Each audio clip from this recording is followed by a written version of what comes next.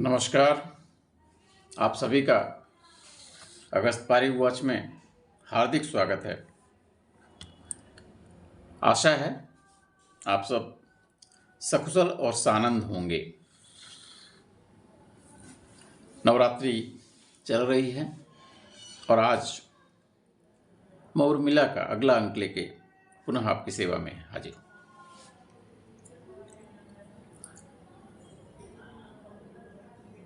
अब तक आपने कथा जो सुनी है उसके आगे चलता हूँ।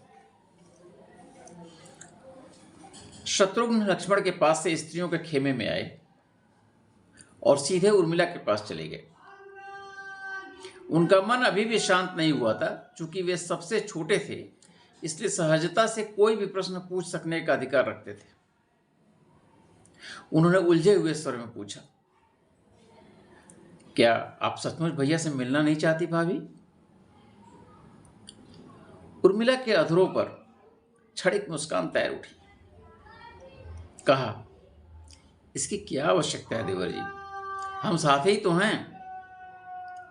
तो जब मिलना ही नहीं था तो इस गहन वन में आई ही क्यों भाभी? शत्रुघ्न की उलझन बढ़ती जा रही थी। हम तो अयोध्या की प्रजा होने के नाते अपने महाराज को वापस लेने आए हैं देवर जी।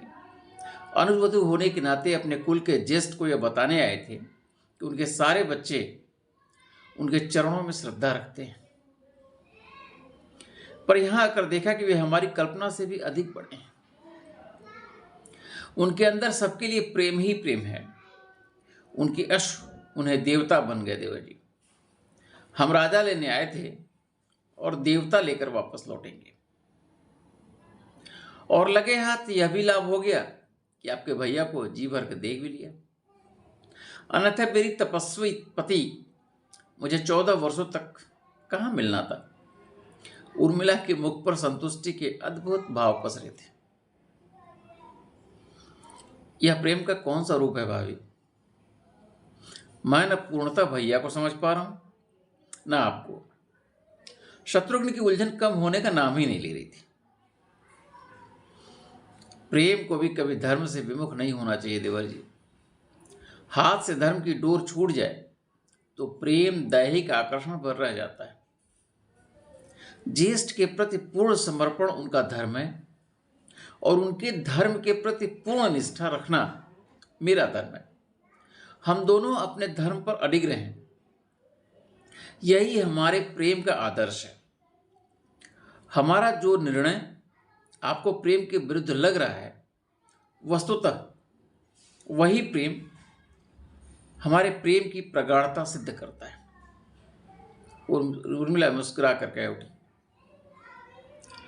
शत्रुघ्न उलझ गए, सर झटक कर बोले, मैं आप दोनों को प्रणाम करता हूं, पर मुझे अब भी कुछ समझ नहीं आ रहा।